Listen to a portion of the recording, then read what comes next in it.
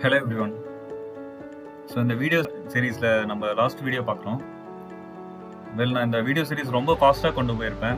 Because ஒரு வீடியோவுமே எனக்கு 2 to 3 மினிட்ஸ்க்குள்ளே எனக்கு முடியணும் அப்படின்றதுனால கொஞ்சம் ஃபாஸ்ட்டாக போயிருப்பேன். டீட்டெயிலாக எக்ஸ்பிளைன் பண்ணால் ரொம்ப டைம் எடுக்கும், உங்களுக்குமே பார்க்க போகிறீங்க ஆகிடும்ன்றதுனால. இப்போ இது போனஸாக நான் உங்களுக்கு இந்த ஒரு விஷயமும் சொல்கிறேன். க்ரோம் எக்ஸ்டென்ஷன்ஸை நான் எப்படி எட்ஜ் ப்ரௌசரில் யூஸ் பண்ண முடியும், இது பாசிபிளா அப்படின்றத பார்க்கலாம். எஸ், இது பாசிபிள். அதுக்கு நம்ம என்ன பண்ணணும்னா, ஜஸ்ட் எப்பயும் போல தான் உங்கள் எட்ஜ் ப்ரௌசரை ஓப்பன் பண்ணிக்கோங்க. அண்ட் அதில் என்ன பண்ணுறீங்க, க்ரோம் வெப் ஸ்டோர் போகணும். அதுக்கு முன்னாடி எக்ஸ்டென்ஷனை கிளிக் பண்ணுறேன்.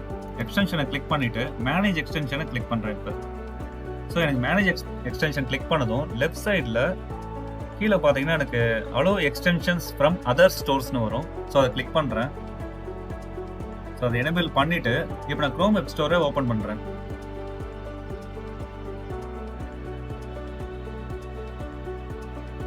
ஸோ எனக்கு ஆஸ் யூஷுவல் வந்து க்ரோம் வெப் ஸ்டோரில் என்னென்னலாம் இருக்கோ அது எல்லாமே எனக்கு இப்போ டிஸ்பிளே ஆகுது. ஸோ எனக்கு தேவையான எக்ஸ்டென்ஷனை நான் டைப் பண்ண போகிறேன். சர்ச்சில் ஆஸ் யூஷுவல் எப்பயும் போல டைப்பிங் தமிழ் டைப் பண்ணதே எனக்கு எக்ஸ்டென்ஷன் வருது. இப்போ அதில் வந்து ஆட் டு க்ரோம் வந்திருக்கும். பட் இதில் என்னென்னா கெட்டுன்னு வரும். எட்ஜ் ப்ரௌசரை பொறுத்த வரையும் கெட் கொடுத்துட்டேன், ஆட் எக்ஸ்டென்ஷன் கொடுத்துட்டா ஜஸ்ட் நமக்கு ஆட் ஆகிடும். ஸோ ஆஸ் யூஷுவல் எப்பயும் போல யூஸ் பண்ணலாம். ஸோ நெக்ஸ்ட் வீடியோ சீரீஸில் பார்க்கலாம். Thank you every one. Thank you so much.